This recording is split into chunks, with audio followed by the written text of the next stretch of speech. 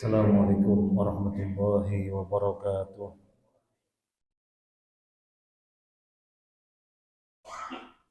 Bismillahirrahmanirrahim. Alhamdulillahi rabbil alamin. Wa bihi nasta'inu ala umuri dunya waddin. Kepada Allah kita minta tolong untuk urusan dunia dan agama. Wassalatu wassalamu ala asyrafil anbiya'i wal mursalin wa ala alihi wa sahbihi ajma'in. Wala haula wala quwwata illa billahil aliyyil azim.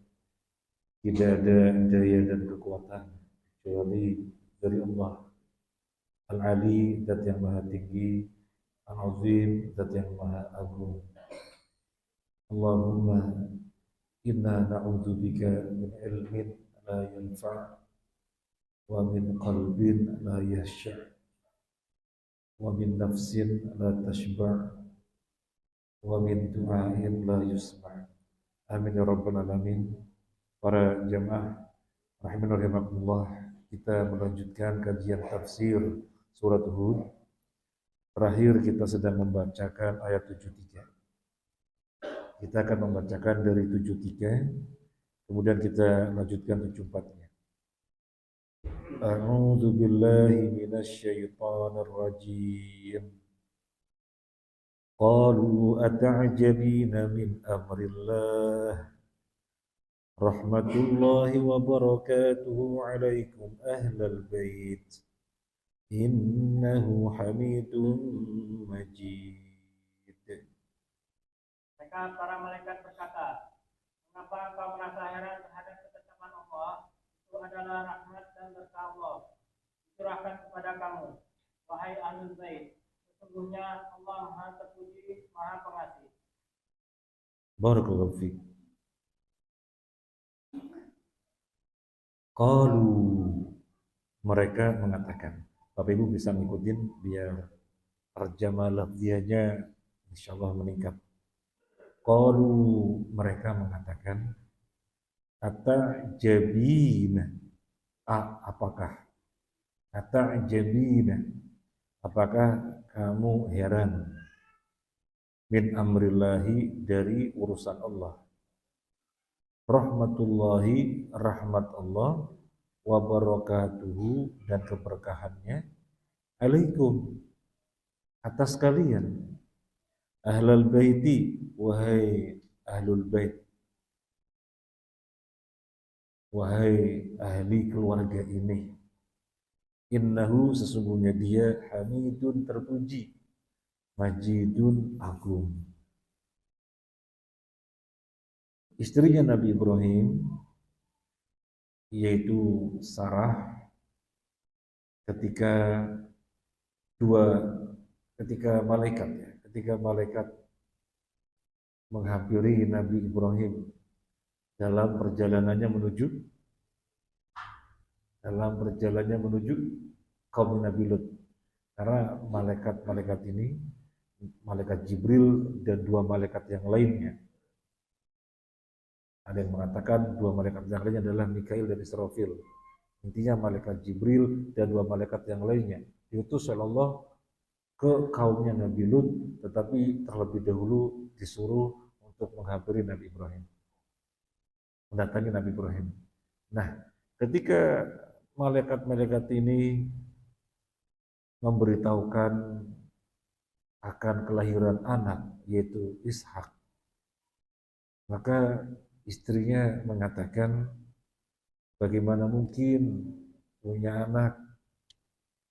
Saya ajuz, sudah lemah, dan suamiku sudah sepuh. Nggak mungkin punya anak. Bagaimana dikatakan punya anak? Gimana ini? Kok diberitakan akan punya anak? Inna hadza la syai'un ujab. Ini mengherankan, kata Sarah alaihissalam, mengherankan. Maka malaikat menjawab yang tadi kita bacakan. Qalu, mereka mengatakan, kamu heran terhadap urusan Allah. Kok bisa heran terhadap urusan Allah? rahmat Allah, keberkahannya dilimpahkan kepada kalian oleh Ahlul Bait. Ini sesuatu yang spesial. Secara hukum alam, kita menyebutnya hukum alam, sunatullah. Gak mungkin punya anak sudah lemah, sudah sepuh, atau bahasa yang lainnya sudah gak mungkin punya anak menopause dan lelakinya sudah sangat tua. Gimana punya anak? Tapi kok bisa kamu heran? Gak usah heran. Rahmat Allah dan keberkahannya Allah limpahkan untuk kalian. Rahmat Allah dan keberkahannya dilimpahkan untuk kalian, wahai Ahlul Bait, ahli keluarga ini. Innahu hamidum majid. Allah itu zat yang maha terpuji. Terpuji segalanya, termasuk terpuji keputusannya, terpuji perbuatannya.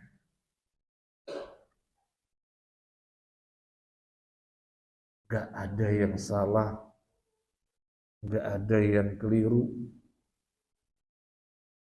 Semuanya mengandung hikmah.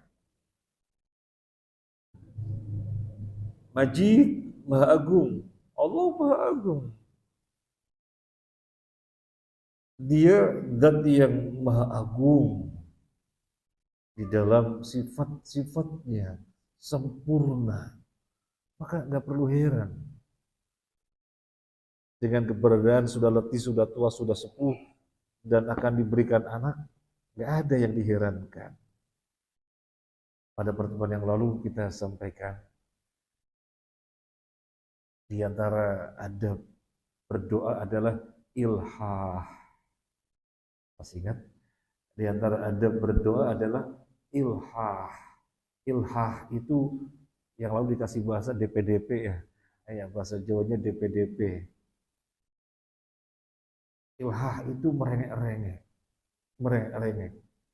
Benar-benar merengek-rengek. Ya Allah, Nabi Ibrahim saja yang secara keadaan gak mungkin punya anak, Engkau kasih anak.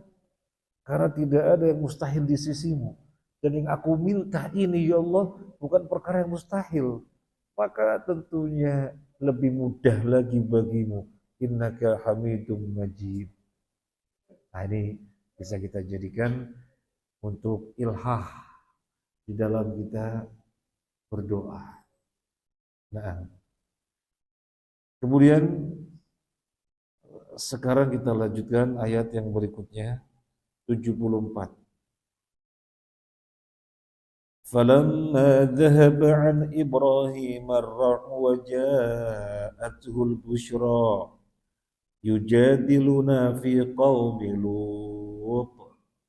Ketika rasa takut hilang dari Ibrahim dan kabar gembira telah datang kepadanya, dia pun bersoal jawab dengan para malaikat kami tentang kaum Lut. Falamma, maka tatkala dhahaba, telah pergi, telah hilang. Kayak kita habis buka puasa, dhahabat dhama'u wabtalatil uruqu. Dhahabat dhama'u, telah pergi rasa haus, artinya telah hilang rasa haus. Aina huwa yadhhab, dia pergi, maksudnya dia hilang dari pandangan, dia pergi. Jadi tergantung konteksnya, pergi atau hilang, tergantung konteksnya. Falamma, maka tatkala dhahaba, pergi, hilang, an Ibrahima, dari Nabi Ibrahim alaihissalam, ar-ra'u, rasa takut. Telah hilang rasa takut pada diri Nabi Ibrahim. Waja'athul busyra, dan datang kepadanya al-busyra. Apa al-busyra? Masih ingat? Kabar gembira. Busyra, kabar gembira. Yujadiluna, dia bertanya jawab kepada kami. Dia, Nabi Ibrahim, bertanya jawab kepada kami. Fi qaumi Lut, berkenaan dengan kaum Nabi Lut. Kita bacakan tafsirnya. Falamma dhahaba an Ibrahim ar-ra'u alladhi asabahu min khifatin min khifati adyafihi wa ja'utu busra bil walad iltafata hina idin ila mujadalati rasul fi lagi qabilut. Ketika sudah hilang rasa takut pada diri Nabi Ibrahim. Takut kenapa? Karena Nabi Ibrahim takut. Ayat yang sebelumnya ketakutan. Kenapa ketakutan? Ini orang siapa? Misterius. Dikasih suguhan, sedikit pun tidak disentuh. Ini orang-orang tidak makan. Ketakutan. Ketakutan. Kemudian rasa takut itu telah hilang. Ketika dikasih tahu bahwasanya diri mereka adalah malaikat. Oh, malaikat. Maka rasa takutnya hilang. Nah, ketika rasa takutnya hilang, ditambah adanya kabar gembira berupa akan kelahiran anak. Nah, jadi rasa takut hilang karena hakikat tamunya sudah tersingkap. Oh, malaikat. Hilang jadi rasa takutnya. Ditambah kabar gembira. Maka Nabi Ibrahim berpindah tema. Apa berpindah temanya? Yujadiluna fi qaumi Lut. Nabi Ibrahim bertanya jawab tentang kaum Nabi Lut, kenapa akan dibinasakan? Itu tanya jawabnya. Kenapa akan dibinasakan kaumnya Nabi Lut? Nabi Ibrahim kasihan. Kok akan dibinasakan? Maka ayat yang berikutnya kita lihat. Inna Ibrahim lahalimun awwahum munib. Silakan. Penyantun, lembut hati dan suka kembali kepada Allah. Inna Ibrahim, sesungguhnya Ibrahim lahalimun, sungguh sabar. Orang yang sabar, halim.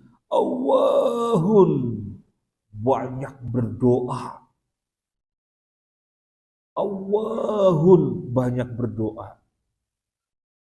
Munib, selalu inabah. Selalu inabah. Tahu inabah? Inabah itu sama dengan taubat. Bedanya, taubat kembali kepada Allah dari suatu kemaksiatan, kemungkaran. Inabah kembali kepada Allah di dalam segala keadaan. Dalam segala keadaan selalu kembali kepada Allah. Ada masalah sedikit, ya bagaimana takdirnya Allah. Ada sedikit, ya yang terpenting ini jalan yang diridhoi oleh Allah. Ada masalah sedikit, hati-hati, jangan sampai mendatangkan murka Allah. Ada masalah sedikit, ya ketentuan Allah bagaimana coba dilihat. Jadi dikit, Allah, Allah, Allah, Allah. Ini namanya inabah. Ini namanya inabah. Jadi Nabi Ibrahim itu halim, orang yang sabar. Awwahun, banyak berdoa.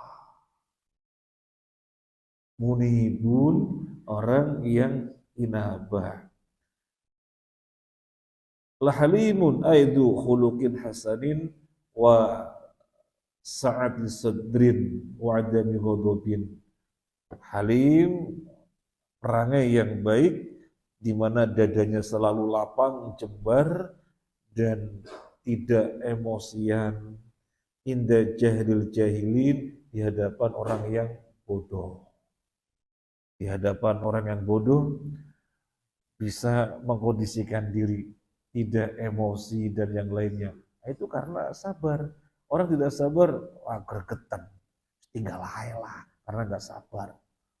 Pantah aja, tonjok aja. Itu karena nggak sabar. Tapi kalau orang yang sabar di hadapan orang yang bodoh, dia bisa mengkondisikan diri sehingga tidak tersulut, tidak terpancing, tetap datar. Itu namanya halim. Itu namanya halim. Kemudian awahun, tadi sudah kita sampaikan, awahun adalah banyak berdoa, atau ada yang mentafsirkan mutadarri' ilallahi fi jamil awqat, senantiasa tadarru' kepada Allah di dalam segala waktu. Ada yang mentafsirkan banyak berdoa, ada yang mentafsirkan Allah itu selalu tadarru', khusyuk. di dalam segala waktu. Khusyuk itu ada berapa, Bapak Ibu? Khusyuk ada berapa? Saya pernah share Mutiara Fitrah. Khusyuk ada 3. Yang pertama, khusyuk dalam segala keadaan. Yang kedua, khusyuk di dalam ibadah. Yang ketiga, khusyuk di dalam sholat. Yang pertama, khusyuk umum dalam segala keadaan. Yang kedua, khusyuk khusus di dalam ibadah. Yang ketiga, khusyuk yang lebih khusus lagi dalam sholat.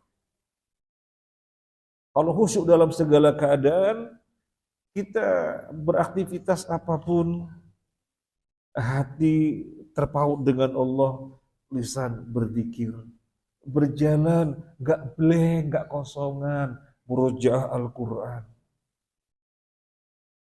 Perjalanan dari rumah ke kantor, ke tempat kerja, bukan bengong, tetapi lisan berzikir, hati mengikuti, pakai target sampai kantor istighfar, bisa berapa kali, pulangnya nanti tasbih, tahmid, takbir. Kalau letih pengen variasi, ganti murojaah Quran yang sudah dihafal. Ini khusyuk dalam segala keadaan. Sampai perkara-perkara yang mubah bisa dijadikan sebagai ibadah, alias bernilai ibadah. Ibadah ghairu mahdhah. Orang yang lain mandi-mandi aja dapat seger. Tapi orang yang selalu tadarrur, yang sudah khusyuk dalam segala keadaan, mandi bukan dapat seger saja, tapi dapat pahala. Tidur, orang lain tidur dapat puas saja, puas, bangun seger. Orang yang selalu tadarrur, yang khusyuk dalam segala keadaan, selain puas, tidur, capek sudah hilang, juga dapat pahala. Karena dihadirkan niat bahwasanya tidurnya adalah rehat demi ibadah yang berikutnya. Kayak Mu'adz bin Jabal mengatakan, uridu naumati kama qaumati. Aku pengen tidurku seperti melekku. Mu'adz bin Jabal ketika melek sangat produktif. Sangat produktif. Ahli majelis ta'lim. Sampai Nabi mengatakan kepada Mu'adz bin Jabal, ya Mu'adz, ini uhibbuka fillah. Karena ahli majelis ta'lim. Mu'adz ahli peduli sosial. Sampai Mu'adz bin Jabal itu utang. Buat apa? Utang buat infak orang yang butuh. Jadi ketika melek itu produktif sekali mendatangkan pahala. Sampai suatu ketika ditagih. Banyak yang nagih. Yang nagih orang-orang Yahudi. Sampai Nabi memutuskan ditahbis. Hartanya Mu'adz dihabis. Mu'adz nggak boleh membelanjakan. Disita. Disita ya, Tuhan disita. Diboikot. Nggak boleh membelanjakan.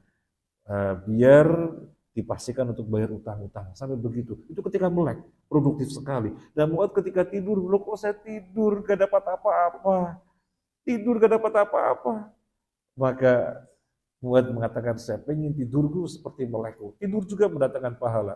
Maka hadirkan niat, ya Allah, saya tidur, melepas penat, melepas lelah, biar bangun kuat untuk ibadah-ibadah yang berikutnya. Nah, ini khusyuk dalam segala keadaan. Orang makan dapat kenyang puas, itu toh. Tapi orang yang tahu, baru orang yang bisa khusyuk dalam segala keadaan, dia makan selain kenyang, dia juga bisa mendatangkan pahala. Seperti seorang ulama tabi'in, Zubayd al-Yumi rahimahullah mengatakan, ini la uhibbu, lamnya lam taukid, ini la uhibbu an takuna li niyah fi jami'il a'mal hatta fil akli wasyurbi. Aku sungguh menginginkan agar hadir pada diriku seluruh niat dalam segala keadaan, termasuk di dalam makan dan minum. Nah, ini khusyuk dalam segala keadaan. Yang kedua, khusyuk yang khusus dalam ibadah. Baca Quran khusyuk. Kemudian tawaf khusyuk, meskipun boleh ngobrol tapi tawaf khusyuk. sa'i meskipun boleh ngobrol tapi khusyuk. Termasuk perjalanan dari Madinah ke Mekah 6 jam. Talbiyah terus khusyuk. Meskipun boleh ngobrol dan yang lainnya, tetapi ngobrol atau yang lainnya tidak menghalangkan khidmat talbiyah. Nah, ini khusyuk dalam ibadah. Khusyuk dalam ibadah. Termasuk zikir. Setelah sholat ada zikir. Zikirnya khusyuk. Dia baca tasbih 33, bukan yang berjalan jari jemarinya 33, tapi dia menghayati setiap lafaz yang dibacakan. Subhanallah, subhanallah, subhanallah. Hadir hatinya khusyuk. Bukan tiba-tiba, sudah 33, ganti alhamdulillah, sudah 33. Nah itu namanya gak khusyuk. Kemudian, dan yang lain-lainnya, khusyuk yang lebih khusus lagi di dalam sholat. Dan Allah puji mukmin yang sholatnya khusyuk. Qad aflahal mu'minun alladzina hum fi sholatihim khasyi'un. Jadi ada 3 macam khusyuk. Nah, Nabi Ibrahim Allah banyak berdoa, atau di dalam tafsir yang lainnya mutadarrir ilallah fi jamil awqat, selalu tadarru khusyuk di dalam segala waktu. Atau ada yang mentafsirkan banyak berdoa. Nabi Ibrahim. Kemudian in Ibrahim lahalimun awwahum munib. Munib artinya raja terus kembali ilallah, kepada Allah. Artinya bukan ketika maksiat saja kembali kepada Allah yang disebut taubat, tapi raja fa'al, banyak kembali kepada Allah, itu inabah. Kenapa selalu dikit-dikit Allah, dikit-dikit Allah, dikit-dikit Allah, dikit-dikit Allah? Kenapa? Ya saking mengenalinya. Saking mengenalinya dia terhadap Allah. Saking cintanya dia kepada Allah, maka menjadi orang yang munib. Orang yang munib, ahli inabah. Nah, karena ini alasannya kenapa Nabi Ibrahim itu beralih tema. Setelah rasa takutnya hilang, kemudian ditambah adanya berita gembira, sudah pindah tema yang lain. Menanyakan, bertanya jawab tentang kaumnya Nabi Lut. Kenapa kan dibinasakan? Kenapa kan dibinasakan? Soalnya dia itu halim, orang sangat sabar sekali. Di hadapan orang-orang bodoh bisa mengkondisikan diri. Begitu dikasih tahu kaumnya Nabi Lut akan dibinasakan, ya Nabi Ibrahim bertanya. Halimnya yang besar menjadikan dia bertanya, kenapa akan dibinasakan? Itu, kenapa akan dibinasakan? Karena hilmnya yang tinggi. Kemudian yang berikutnya dijawab untuk Nabi Ibrahim yang menanyakan kenapa kaumnya Nabi Lut akan dibinasakan. Ya Ibrahim a'rid an hada innahu qad jaa amru rabbik wa innahum atihim adzabun ghairu mardud. Wahai Ibrahim, tinggalkanlah perbincangan ini. Sungguh ketetapan Tuhanmu telah datang, dan mereka itu akan ditimpa azab yang tidak dapat ditolak. Ya Ibrahim, wahai Ibrahim alaihissalam, a'rid, berpalinglah, an hada, dari ini. Dari apa? Dari perbincangan ini. Jadi Nabi Ibrahim bertanya. Berpalinglah dari ini. Artinya berpalinglah dari perbincangan ini. Yarhamukallah. Innahu, sesungguhnya, qad jaa, telah datang. Amru rabbika, keputusan Tuhanmu. Perkara Tuhanmu. Wa innahum, dan sesungguhnya mereka, atihim, datang kepada mereka adab ghairu mardud, yang tidak ditolak. yang tidak dapat ditolak. Ini jawaban untuk Nabi Ibrahim yang menanyakan kenapa kaumnya Nabi Lut akan dibinasakan.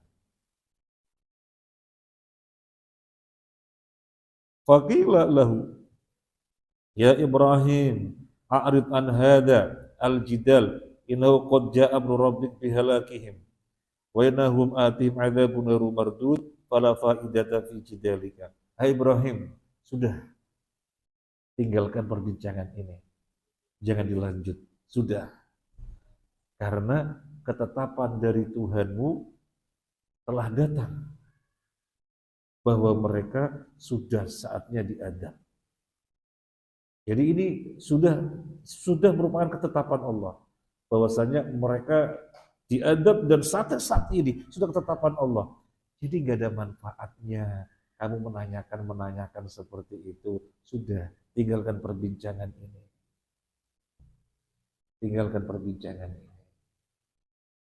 Jadi yang menjadikan Nabi Ibrahim menanyakan kenapa? Karena hilmnya, rasa sabarnya yang sangat tinggi. Rasa sabar yang sangat tinggi.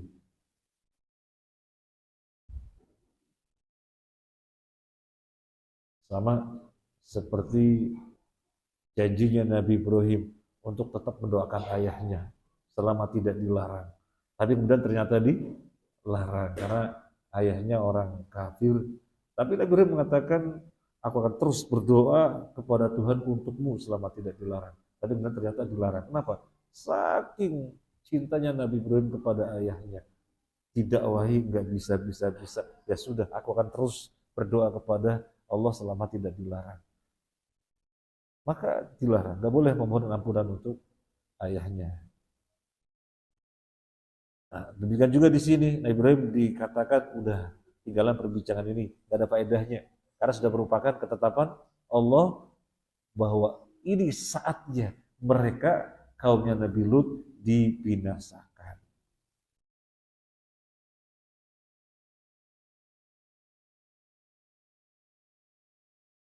Kemudian yang berikutnya, dan azab Allah ketika datang ghairu mardud, nggak bisa ditolak. Azab Allah ketika datang nggak bisa ditolak. Yang pertama memang sudah merupakan ketetapannya, maka pasti menimpa. Dan taubat ketika itu nggak ada artinya. Hanya ada satu umat dari antara manusia yang pernah ada, hanya ada satu umat. Ketika mereka ditimpakan azab, kemudian mereka menyesali, azabnya diangkat, dihilangkan. Umatnya siapa? Nabi Yunus. Itu sampai sekarang saya cari tafsirnya. Kenapa cuma umatnya Nabi Yunus saja? Gak ada yang lainnya. Azab ditimpakan, habis sudah melulu lantahkan. Kenapa umatnya Nabi Yunus ketika Allah turunkan azab, kemudian mereka bertaubat, langsung Allah terima dan azab langsung diangkat. Sehingga mereka kemudian hidup nyaman pada waktu-waktu yang berikutnya. Tapi kalau saya mencoba merenung, salah benernya Allah a'lam. Ini saya mencoba merenung karena bincang-bincang dengan teman, kenapa ya? Bisa jadi begini, kaumnya Nabi Yunus kan pernah ditinggal oleh Nabi Yunus. Nabi Yunus meninggalkan karena kaumnya balelo. Nabi Yunus memutuskan ditinggal. Kemudian naik perahu. Begitu naik perahu, perahunya apa namanya ini? Oleng, gonjang ganjing gitu. Wah, ini harus ada yang turun ke laut. Siapa yang mau turun ke laut? Mengurangi beban, turun ke laut. Tuh siapa yang mau turun ke laut? Ya sudah, gak mungkin ada yang mau. Diundi, keluar Nabi Yunus. Coba diundi lagi, ya Nabi Yunus keluar lagi. Coba Nabi Yunus. Ya memang harus dia yang dilempar ke laut. Nah, dilempar ke laut, ditangkap oleh ikan. Kemudian dimuntahkan di daratan, dan Nabi Yunus kembali lagi berdakwah. Karena semua Nabi maksum. Semua Nabi dijaga dari kesalahan. Ketika salah langsung diluruskan. Nabi Shallallahu Alaihi Wasallam pernah salah ketika lebih mementingkan pembesar untuk didakwahi. Siapa tuh mereka masuk Islam, nanti kaumnya yang di belakang masuk Islam. Sementara orang buta yang sudah nyata-nyata beragama Islam, pengen meningkatkan keimanan, pengen ngaji. Nabi, ini nanti dulu, bisa lain kali, akhirnya aja dulu. Ternyata itu salah. Karena itu belum tentu masuk Islam, ini sudah pasti Islam pengen meningkatkan ini. Jadi Nabi salah dan langsung ditegur. Karena Nabi maksum, tidak terbiarkan dengan kesalahan. Semua Nabi maksum, tidak ada yang terbiarkan dengan kekeliruan. Lalu kita kalau keliru, yang negur siapa? Nah, kita nggak maksum, ya, nggak ada yang menegur karena nggak ada wahyu turun kepada kita.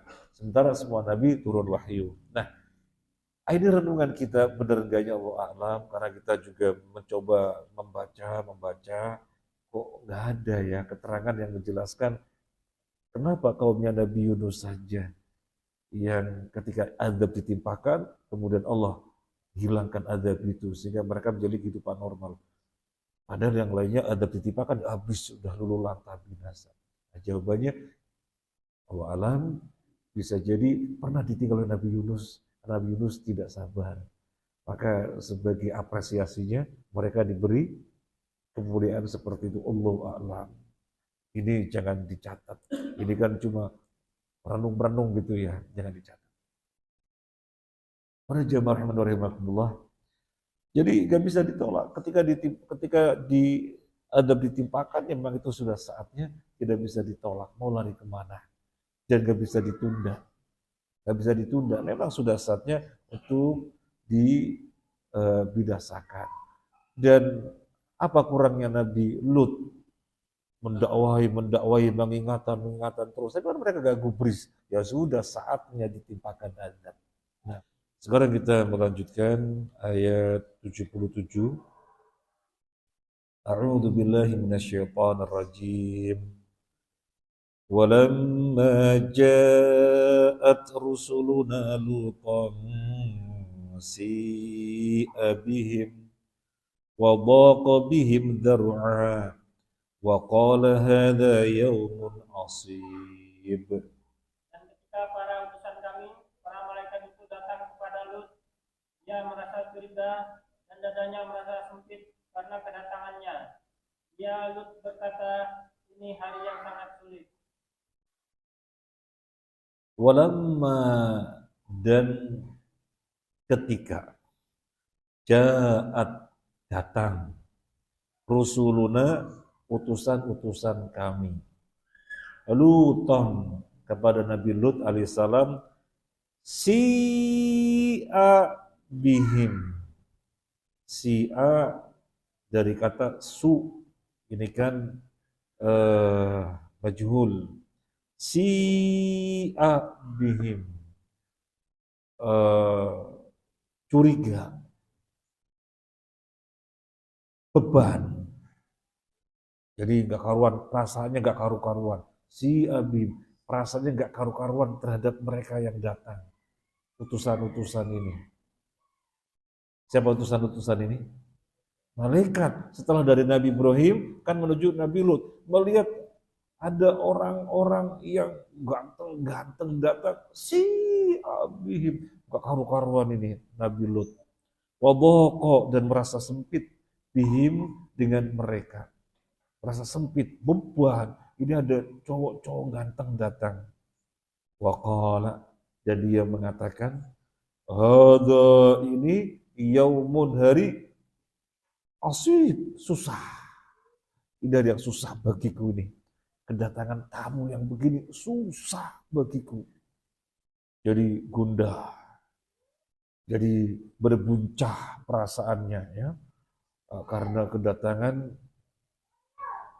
orang-orang laki-laki di mana kaumnya Nabi Lut sangat mencintai sesama jenis, dan itu perdana di muka bumi, gak pernah ada sebelumnya. Sejak manusia yang pertama Nabi Adam dan terus nggak pernah ada. Baru pada zaman Nabi Lut ada orang menyukai sesama jenis, yaitu yang pertama kali. Maka melihat demikian Nabi Lut itu sangat berat beban, perasaannya gak karu-karuan. Walamma ja'at rusuluna, ketika datang utusan-utusan kami, al-malaikah, yaitu malaikat. Yang disebut rasul itu ada dua. Yang pertama dari kalangan manusia, nabi, disebut rasul. Yang kedua dari kalangan malaikat. Yang kedua dari kalangan malaikat, disebut juga rasul. Utusan Allah, nabi dan malaikat. Alimul ghaibi wasyahadah. Alimul ghaibi wasyahadah. Wala yudhiru ala ghaibi ahada. Allah mengetahui perkara yang gaib dan yang nampak. Dia tidak pernah memperlihatkan perkara gaib kepada siapapun. Illa man irtadha min rasul, kecuali rasul yang diridhoi dari kalangan malaikat dan dari kalangan manusia, itu nabi. Jadi rasul itu dua, malaikat dan nabi. Dalam hal ini rasul adalah malaikat. Berdasarkan yang sudah kita bacakan sebelumnya, malaikat Jibril dan dua malaikat yang lainnya. Berarti tiga. Ada yang mengatakan malaikat Jibril, dua malaikat yang lainnya adalah Mikail dan Israfil. Intinya tiga malaikat. Datanglah malaikat-malaikat itu, alladzina sadaru min Ibrahim. Ketika sudah meninggalkan Nabi Ibrahim, mereka mendatangi Nabi Lut. Lama atau luton si abim ayyasyaqqa alaihi maji'uhum. Ketika datang kepada Nabi Lut itu merasa sesak dengan kedatangan mereka. Wa baqa bihim dar'a, dan merasa beban dengan datangnya mereka. Dan terlontarlah dari lisannya, hadza yaumun asib. Ini hari yang sangat sulit bagiku. Ini hari yang sangat sulit bagiku. Bapak Ibu merasakan hari yang sangat sulit ketika kapan? Kapan? Hari yang kayaknya, aduh, 1 menit kayak 1 jam gitu ya. Itu kapan? Kapan? Kapan Bapak Ibu? Nggak pernah ya? Berarti lapang-lapang terus ya? Hah? Akhir bulan. Oh, akhir bulan. Hari yang sulit akhir bulan gitu ya. Masya Allah. Jadi Nabi Lut mengatakan, hadza yaumun asib. Ini hari yang sangat sulit bagiku. Li'annahu alima anna qaumahu la yatrukunahu. Karena Nabi Lut mengatakan, ini kaumnya gak mungkin meninggalkan mereka. Akan geruduk ini tamu-tamu ini. Akan digeruduk, gak mungkin akan dibiarkan bertamu, nggak akan digeruduk pasti. Maka berat sekali. Dan hum fi suwari syababin, karena malaikat ini dalam rupa pemuda-pemuda yang ganteng.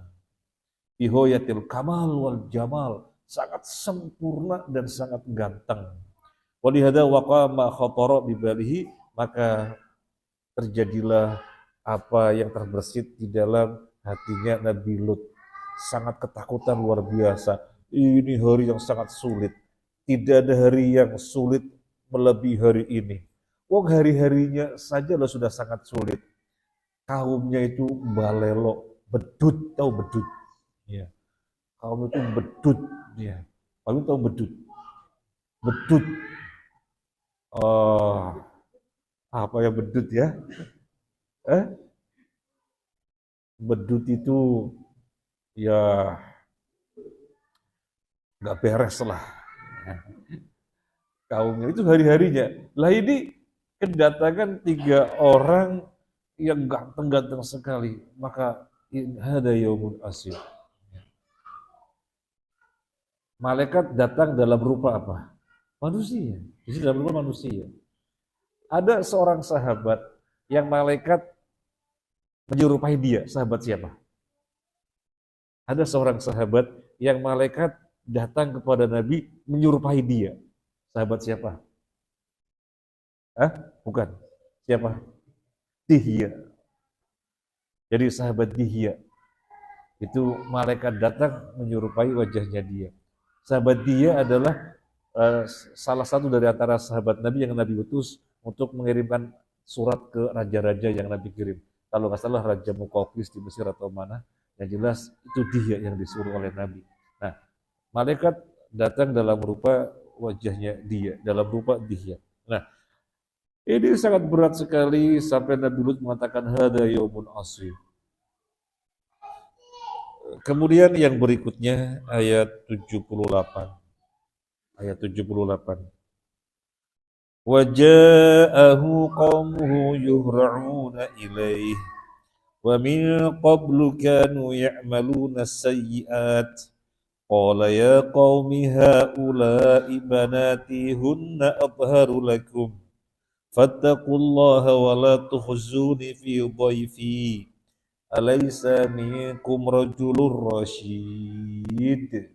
Kaumnya segera datang kepadanya, dan sejak dahulu mereka selalu melakukan perbuatan keji. Lut berkata, wahai kaumku, inilah putri-putri negeriku, mereka lebih suci bagimu. Maka bertakwalah kepada Allah, dan janganlah kamu mencemarkan namaku terhadap kamuku ini. Tidak adakah di antaramu orang yang pandai? Waja'ahu, dan mendatanginya. Siapa? Qaumuhu, kaumnya. Bagaimana mendatanginya? Yuhra'una ilaih, bersegera. Ya gimana gak bersegera? Ada mangsa yang sangat empuk kan begitu. Jadi datangnya bukan sekedar datang, datangnya diungkapkan dengan bersegera. Jadi kayak macan melihat mangsanya terbelalak dan langsung begitu ya. Nah ini kaumnya Nabi Lut melihat ya bahasanya mangsa begitu ya, sasaran empuk. Maka bukan sekedar datang dan bersegera. Wajau qaumu yuhra'una ilaih. Datang kepadanya dan bersegera kepadanya. Ay yusri'una wa yubadirun, bersegera, berlomba-lomba. Yuriduna adyafahu bil fahisyah, mereka menginginkan dengan tamu-tamunya itu untuk berbuat fahisyah, untuk berbuat kekejian. Bapak Ibu, apa bedanya fahisyah dan mungkar? Apa bedanya fahisyah dan mungkar? Innas sholata tanha anil fahsyai wal munkar. Sesungguhnya sholat itu mencegah perbuatan keji dan munkar. Apa bedanya fahisyah diterjemahkan dengan keji? Munkar, kemungkaran. Apa bedanya fahisyah dan munkar? Fahisyah ya kemungkaran, kemaksiatan. Munkar ya kemungkaran, kemaksiatan. Bedanya apa? Bedanya fahisyah adalah kemaksiatan yang diketahui oleh akal. Munkar adalah kemaksiatan berdasarkan dalil. Jadi nggak usah ada dalil tapi akal bisa mengatakan itu munkar, namanya fahisyah. Ada bentuk kemaksiatan yang kita tidak tahu kalau itu kemaksiatan, ternyata kemaksiatan karena dalil menyatakan itu kemaksiatan. Karena dalil menyatakan itu kemaksiatan. Contohnya apa? Perkara yang dikira biasa-biasa saja. Oh ternyata maksiat. Oh ini maksiat ya. Jadi baru diketahui dengan dalil. Sebagian orang ketika belum tahu dalil, dia makan leb lahap, wah kotor tangan, langsung mencuci tangan. Padahal itu kemungkaran. Meskipun kemungkaran yang bukan dosa, tapi kemungkaran. Karena perintahnya apa? Dijilatin. Baru tahu ketika apa? Baca dalil baru tahu. Nah, jadi suatu pekerjaan yang tidak patut dan diketahuinya dengan dalil itu kemungkaran. Kalau fahisyah gak usah dengan dalil, akal juga bisa menyatakan itu adalah buruk. Ya. Kemudian orang mungkin merasa biasa dan tahu dan ternyata itu adalah keburukan. Taunya setelah dijelaskan oleh dalil, oh ternyata buruk loh. Saya kira nggak apa-apa. Misalnya apa? Misalnya ngutangin kawannya karena dia merasa di atas angin, ngutangi kawannya, suka-suka minta tolong. Ya tolong ini dong, ya tolong ini dong. Dan yang dimintain tolong yang nggak enak karena terikat punya utang. Oh nggak enak kalau nolak, aku punya utang ya. Nah dia yang mesti utang merasa itu biasa.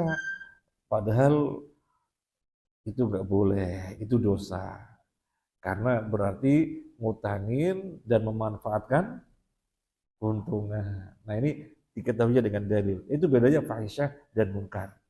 Inna sholata tanha 'anil fahsya'i wal munkar. Jadi semua keburukan baik yang dengan dalil atau yang tidak dengan dalil semuanya dicegah dengan sholat.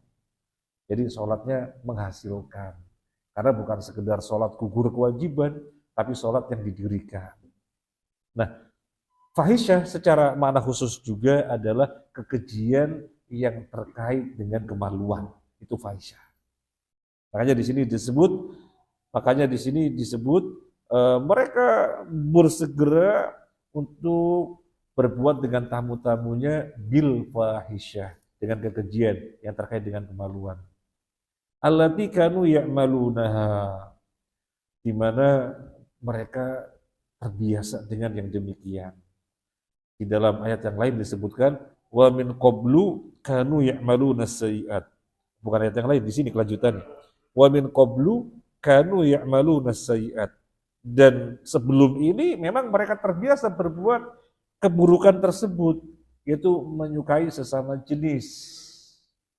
Menyukai sesama jenis yang perbuatannya kemudian disebut sodomi. Karena kampungnya mereka namanya kampung Sadum. Kampungnya namanya kampung Sadum. Maka perbuatannya disebut sodomi. Itu. Kayak perkampungannya orang-orang Khawarij, kampungnya namanya Haruroh. Maka orang Khawarij dikenal Haruri begitu. Nah,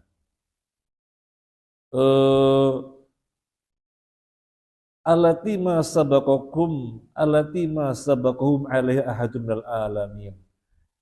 Perbuatan sodomi tidak pernah ada sebelumnya sedikit pun. Jadi baru ada ya di zamannya Nabi Lut. Naudzubillah min dzalik. Semoga Allah menyelamatkan kita semuanya. Amin ya rabbal alamin. Kemudian apa yang diucapkan oleh Nabi Lut alaihissalam melihat kaumnya bukan segera datang, tapi datang beruduk gitu ya, nggak mau kelewatan gitu ya. Kayak kita melihat apa? Melihat apa Pak? Melihat apa?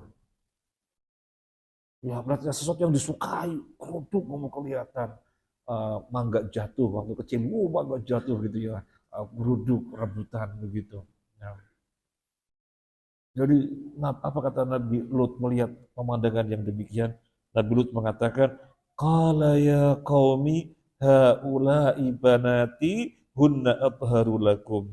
Wahai kaumku, anak-anakku yang perempuan itu lebih suci bagi kalian. Itu ucapannya Nabi Lut. Melihat mereka datang dan geruduk sedemikian rupa, gak mau kelewatan, gak mau ketinggalan, tetapi berlomba-lomba seperti itu. Nabi Lut mengatakan, wahai kaumku, putriku, anak-anak putriku, mereka lebih suci bagi kalian. Min adyafi, daripada tamu-tamu ini. Tamu-tamu ini laki-laki. Maka putri-putriku itu lebih suci bagi kalian.